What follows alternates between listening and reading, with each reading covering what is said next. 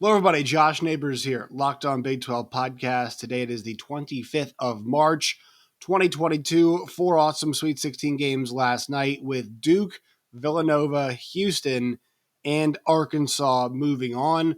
We'll break down the Tech game from multiple kind of perspectives. We'll focus on that, and then we'll touch on the other games as well. That's coming up and more on today's show.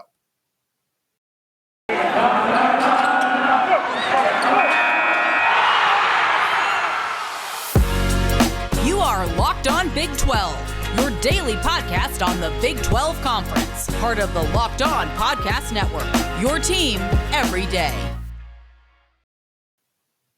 Hello, everybody. Josh Neighbors here. Once again, Locked On Big 12 podcast. Make sure you follow us on Twitter. I'm at Josh Neighbors _. You guys can follow the show at LO Big 12 as well. Find us wherever you get your podcasts and on YouTube as well. All right, so we've got these fun Sweet 16 games to get to, and we have to start with Texas Tech getting bounced. Coach K stays alive. Duke 78, Texas Tech 73. From a general perspective, this was the best game of the evening. I thought both teams brought their A game. I really thought both teams from the get-go brought their A game. The one thing that you know with Duke is that, Texas Tech was not going to hold this team down on a neutral floor in this setting like we saw their teams. Duke made that pretty clear from the jump. They went down 10-2, and they rallied pretty quickly, right? It ended up being 12-12. And at that point, it happened in rather quick fashion, too. At that point, you knew it was game on. And I think, it sucks that we lost a Big 12 team here. But you have to understand something in this game. It was a great game, and Texas Tech's got nothing, much like their entire season whole, nothing that they can really regret and be upset about. I mean, they just got beat. And if these teams played 10 times, they might split. They might split. I mean, this was nip and tuck the entire way. There was a really great, kind of portion of the back part of this game where that lead was changing hands almost every single possession, right? There was a stretch of time. Let's see if I can find that game flow there towards the end. If you guys go and you guys find the game flow for this game, you'll see kind of these twisting, interturning lines late in the second half where, kind of each team at one point took the lead, got it back, took the lead, got it back, took the lead, took the lead, gave back, and it went back and forth down the stretch. The big key in this game was when Duke went to the zone, right? That was something that kind of shifted the momentum. Texas Tech was getting in the paint on them pretty easily. And that's I know Tech likes to get to the rim. That's pretty bad against a team with no natural point guard. I like Kevin McCullough's a really good player, but I mean, we've said this all year long. There's no natural point guard on this Texas Tech team. And there's no, probing Chris Paul type figure to get in your defense and, make things happen and make things happen for you. And, it was a variety of guys. It was McCullough, Bryson Williams. I think Kevin O'Banner hit a couple floaters too. So they go to the zone and their defense numerically just got better. I think they were average, over 1 point something, maybe like 1.5 or something like that points per possession for Texas Tech. Against the man, and then when they went to zone, Duke going to zone there, that number dropped pretty drastically. It was sub 1. It was around I think 0.88 maybe. That's what I saw in SportsCenter this morning. And Coach K was honest about it. He said, the players suggested it, and he went with it. And I have been critical of Coach K over the last few years. This was a great tactical move. I think he's the greatest basketball coach of all time. Don't get me wrong. That's where I am on Coach K. I just think if you guys have heard the podcast the last few years, I don't think it's been his best. As the talent's gotten better, I think the coaching job has been a little bit worse, and also some of the stuff he said. But this was the timeouts were at good times. The early timeout settled things down a little bit. They were really aware of their fouling situation. They did a great job staying out of foul trouble in this game. Mostly because they're actually just getting taken to the rim for part of it. Referees let them go, though. I was pleased with how this game was officiated. I was very pleased with how this game was officiated. They allowed Texas Tech play their game. That there was a late steal that O'Banner got. That was a bad call, but this game it didn't come down to calls. So the going to the zone was huge. Another thing, if you guys watched my show, I put this out on Twitter. If you guys did not, the two players I said would be the most important were Paolo Banchero and Bryson Williams. Now you might say, duh, like that is the most obvious thing ever. But I talked about the kinds of players that end up beating Texas Tech defenses. It's the kind of guys that hit open shots. And the amount of composure that it takes to do that is pretty substantial. So let's talk about Banchero here. I had Rafael Barlow on my show, and I'm dropping part 2 this weekend just so you guys can hear about what he thinks about some other guys. I asked him about his number 1 player on the board right now, his mock draft board. He has got Paolo Banchero number 1. I'm a Jaden Ivey guy. I'll tell you this. As somebody who's skeptical of Banchero, you don't want to read too much into one game. Last night, he looked like a number 1 pick. That was the best game that Duke's played all year, and it was because in the face of the best defense in the country, right, best adjusted defense in the country, Banchero was efficient. 7 for 12 from the field, 3 of 4 from 3, 5 of 6 from the line, 22 points, 4 rebounds, 4 assists, 3 steals.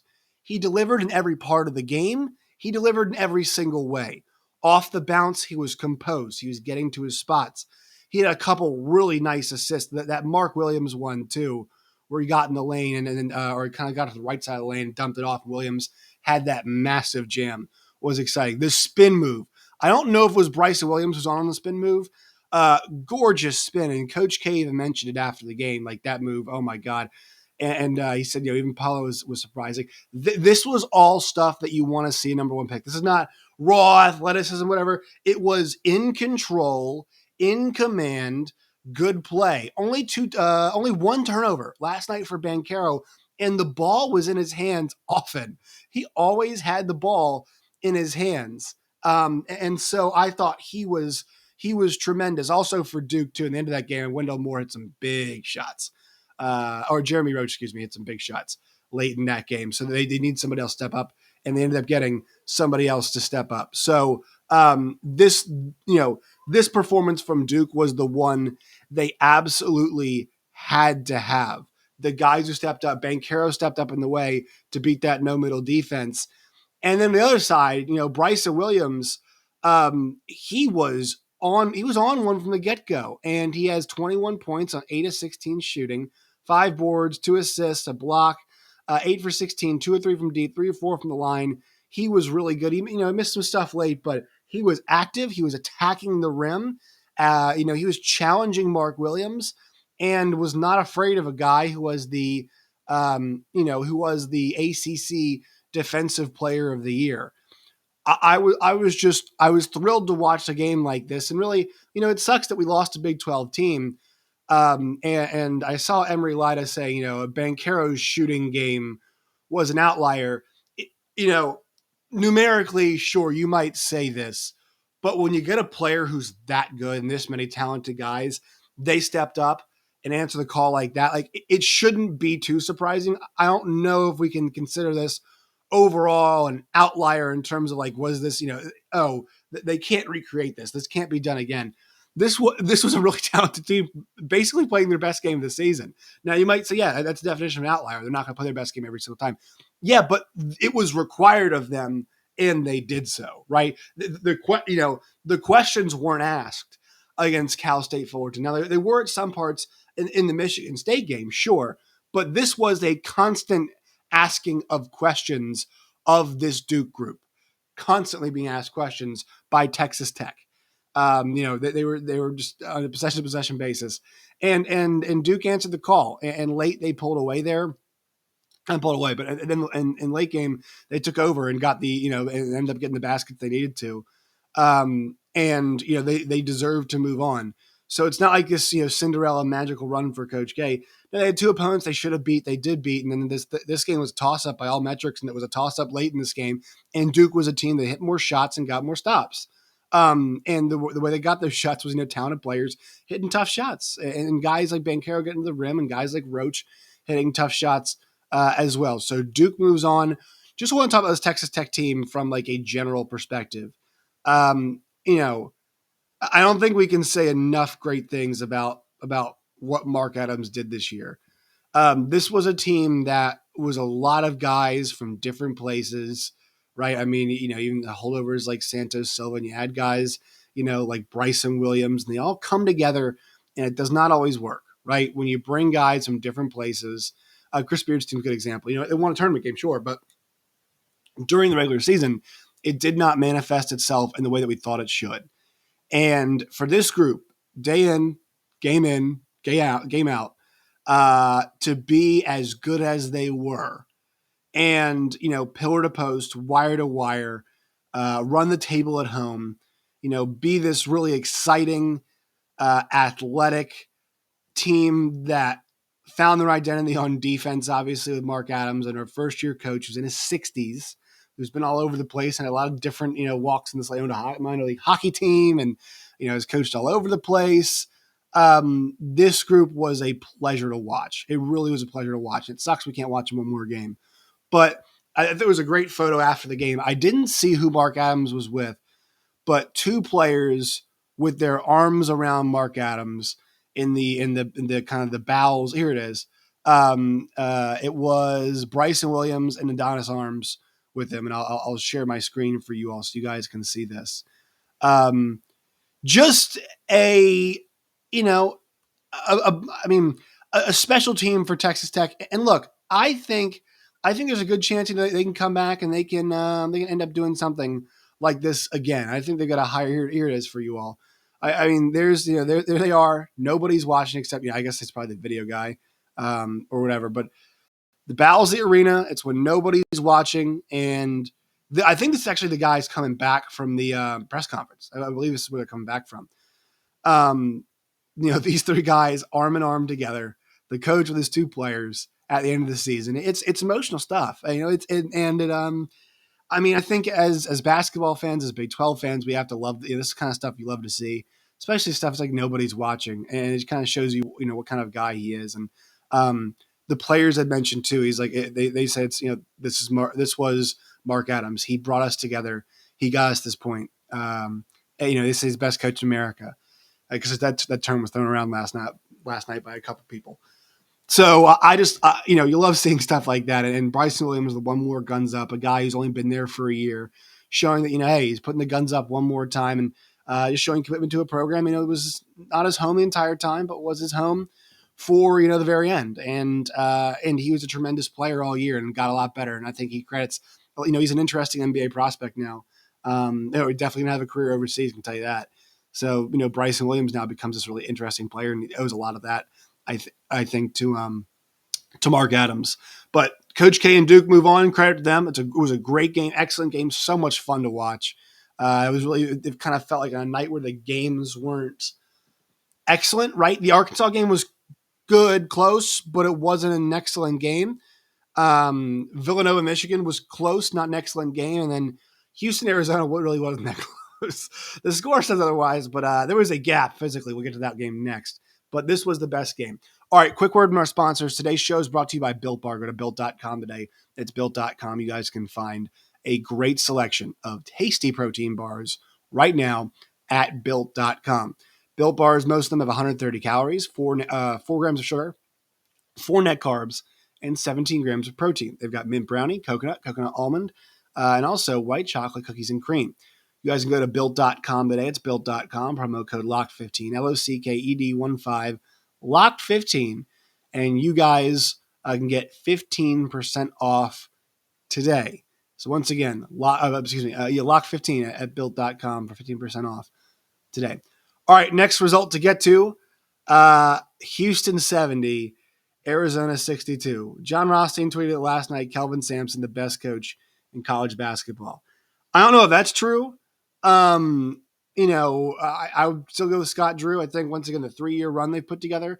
But I will say this. So I was doing my numbers recently of like the best 3-year runs of the last 3 years. And off the top of my head, the schools I knew I had to consider were Gonzaga, whose record the last 3 years is better than Baylor's. They don't play in as good of a conference, so I don't really count that. Houston was one of the immediate teams I thought of. Villanova, Houston. I know Duke had a bad year, so I didn't count them. Kentucky, I looked at, obviously. KU. And Kelvin Sampson's run's been really good stuff for Houston. And I'll just go pull up right now Kelvin Sampson's record. I'm sure Kelvin Sampson get a lot of Google searches in these recent days. But Kelvin Sampson's last four, I'll even go 4 years for you: 33-4, 23-8, 28-4, 32-5. That's not counting the 27-8 that he put up in 2017. There's an argument over the last 5 years they've been one of the most consistent teams, right? They would have been 5 straight NCAA tournaments for him, but they did not get the nod, if you will, as so to speak.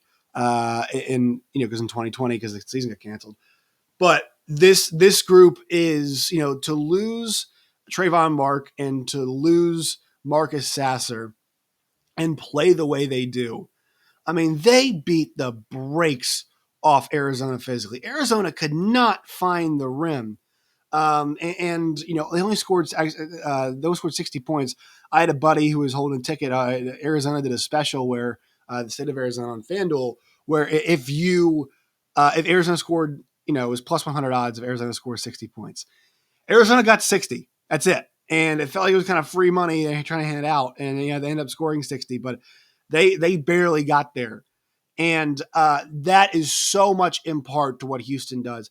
Houston did not shoot well. 33, 32, 74 your splits. Good job at the line. But this was about what they did on defense. This was about forcing turnovers. This was about crashing the glass. They shot 46, 45, and 68. Arizona shot 33, 31, and 74 from the line. This was a game where they barely won the rebounding battle overall, but they were just the tougher, better defensive team. Jamal Shed, I mentioned him before, scored 21 points, mostly off going to the line, as 6 assists as well. This is a team that is athletic, and Kyler Edwards, too, was awesome, former Big 12er. Kelvin Sampson deserves so much credit for what he's built there. It's going to be back-to-back Final Fours, and they might win the whole damn thing. And the reason is, last year they would have gotten beat. I'm not sure if UCLA. I think UCLA probably beats Houston this year. I'd actually love to see them play again. They were not going to beat Gonzaga. They were not going to beat Baylor. We saw that game happen. And I would argue that Gonzaga and Baylor, those two teams last year, were a couple of all-time teams. Like, I always found the idea that this Gonzaga team was better than last year's Gonzaga team to be completely ridiculous. To have 2 picks, to have guys like Jalen Suggs and to have guys, like Joel Ayayi and Corey Kispert to go along with, players like Drew Timme. I know there's no Chet Holmgren, but that team was deep. That team was really deep. Excuse me. And so for them last year to come up short and be like an all-time team, Gonzaga and Baylor were on a certain plane. I know UCLA played there at the end of the year. Houston was not there. This year, there's no Baylor. There's no Gonzaga. I mean, literally and figuratively, there's no team that kind of reminds me of that. Houston's got the best odds to win the title right now. Now, that's because they're in the Elite Eight and Kansas has not yet played Providence. And if they win, they'll have a shot against either Miami or Iowa State. So we kind of fancy them to go and make the Final Four. But because of this barnstorming run that Houston is on, you gotta think like they're playing the best basketball of any team in America right now. They are the team that is playing the best, right? You kind of look through all the teams that are like, I think Villanova is playing really well too, but you look at like the run Houston's on right now and where it goes back to. For them, their last loss was, let's see, they lost by 14 to Memphis later on in the year on the road. They then beat Cincinnati by 13. They beat Tulane by 20. They beat Memphis by 18. They beat UAB by 14. They beat Illinois by 15. They beat Arizona by 12. I mean, they're on a run right now where they're not just beating teams, they're beating them badly. And it's because they're tougher. You can tell this team is doing the lid on the rim practice thing where they put the lid over the top of the rim, the little plastic piece you had in practice, and you shoot the ball up and everybody goes for the board, and there's obviously no made shot, so it's just a fist fight. That's what Houston does. They want a fist fight, man. They want to take you in deep waters. They want to see if you can swim. They live in what my friend and colleague at SiriusXM, Gabe Eicher, calls the pain cave. That's where Houston lives, and they drag you there and they see if you can swim. Illinois could not swim. UAB could not swim. Arizona, who is an incredibly talented team. Now, whether they deserve to be there or not, it's up to you. Off nights from Kirk Risa, from Ben Matherin, from Tubelis. Dalen Terry is really the only guy. And Paolo Larson had a nice little game too, but Dalen Terry is the only guy who really shot the ball well last night. He was 6 for 9, 3 for 3 from 3, had 17 points, 6 boards, and three assists. But this is a Houston team that knows exactly who they are. They're not very deep, but good Lord. They absolutely know how to take it to you and physically. And they've got a really fun matchup with Villanova because Villanova, they can, because of the way they shoot threes, should be an interesting matchup to watch. The one thing that Houston does really well is they keep you out of the paint, right? That's kind of what they want to do. Arizona averages 40-plus point paints a game, and they had 18 last night. That's Houston's identity. That's what they do. So Houston moves on. Arizona's run is over, but Tommy Lloyd, in my opinion, should still win National Coach of the Year. All right, Arkansas, 74. The Zags, 68. I was just waiting for the Gonzaga run, and it never came. With Rasir Bolton out and the foul trouble that Chet Holmgren was in, it became really difficult for them. I want to say this. So the officiating has been much maligned in this tournament, and it should be. And this game there were some stretches where it was embarrassing. And Dan Dockich, people like him, people hate him, and everything that you want about Dan Dockich. But Dan made a good point, and it's a pretty obvious point. Like, they were calling it differently on both ends. So there was a situation where Gonzaga goes down, and Drew Timme, it's the second half, spins, and there are two guys on Arkansas holding the ball, and it kind of it's a jump ball situation, in my opinion, and holding it for about a second or two, and he goes up and he falls over. One of the other guys falls over, the ball's bouncing, and everybody's looking at the referee like, "What's the call?" There was no call. On the other end, I don't know if it was JD Note or not.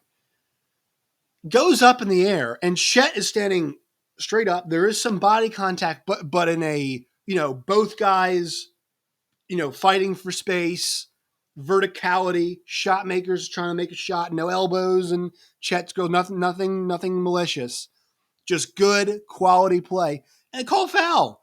And it's like, all right, so we're gonna have no jump, no foul on one end, and we're gonna call Chet for that on the other end, and then on the fifth foul was basically the same.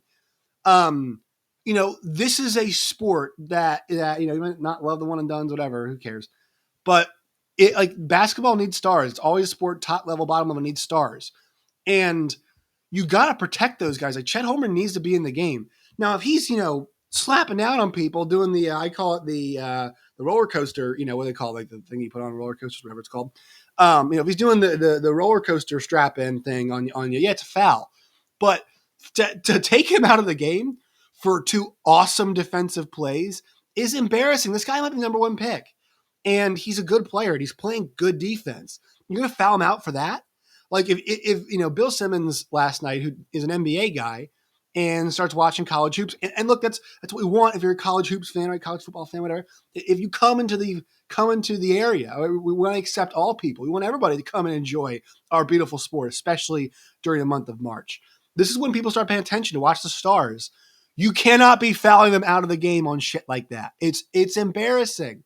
Doug Shows, who I actually like, awful performance last night. Once again, I think it was Bert Smith's crew that did the Texas Tech game. Thought they did a really good job. On the whole, did a really good job. I think they were awesome from pillar to post, wire to wire. Good refereeing performance. That was shit. What happened? I had no other way to say it in the Arkansas Gonzaga game. It was inconsistent, I thought, with the foul calls. I just had to mention that off the top. Arkansas just Not great against Vermont, awful against New Mexico State in a game that nobody seemed to want to win. This was a beautiful disaster of a performance. 40% from the floor, which is not awful, not good though. 28% from three, 9 for 14 from the line. But their defense was fantastic. They forced 15 Gonzaga turnovers. They were on the boards. They did not rebound Gonzaga, but they did a really good job. In a lot of areas I thought of, especially we got to talk about Jalen Williams, man.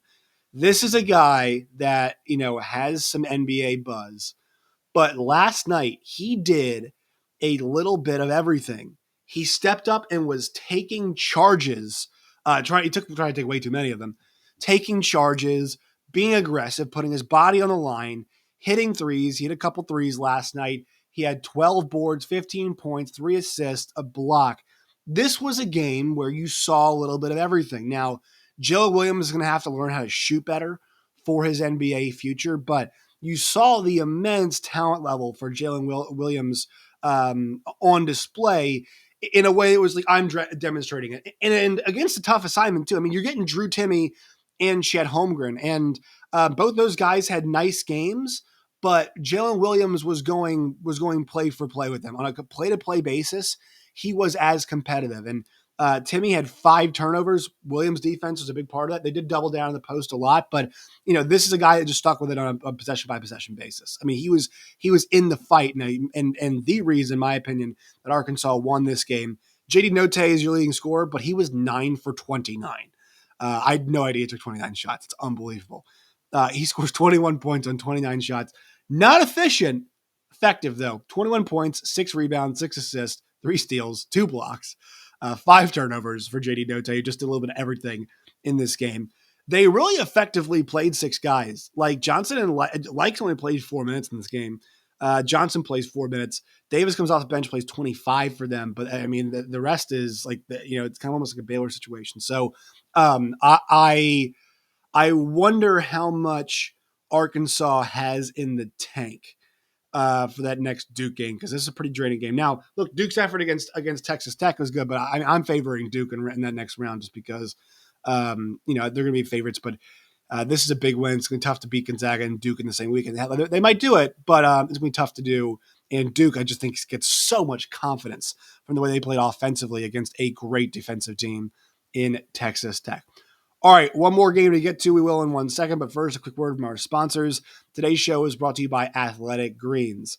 If you guys want to change something up this new year and do something to help your health, Athletic Greens is the way to go. Better gut health, more energy, optimized immune system. If you don't like taking pills and want a supplement that tastes great, and see what it's all about, Athletic Greens is where it's at right now. It's lifestyle friendly, whether you eat keto, paleo, vegan, dairy-free, gluten-free, contains less than 1 gram of sugar, no GMOs, no nasty chemicals, artificial anything, while still tasting good. It also supports better sleep quality as well. To make it easy, Athletic Greens is going to give you 1 year free, a supply of immune-supporting vitamin D and 5 free travel packs with your first purchase. All you have to do is visit athleticgreens.com/college. Again, that's athleticgreens.com/college. Take ownership of your health and pick up the ultimate daily nutritional insurance. That's Athletic Greens. Today's show is also brought to you by our friends at BetOnline and betonline.net. If you guys want to get in on this college basketball action right now, go to BetOnline and betonline.net today. It is the perfect place to get in on the March Madness right now. They've got UFC, they've got boxing, F1, NASCAR, Vegas casino games as well. So anything that you want to get involved with in terms of action, you can at BetOnline and betonline.net. BetOnline is where the game starts.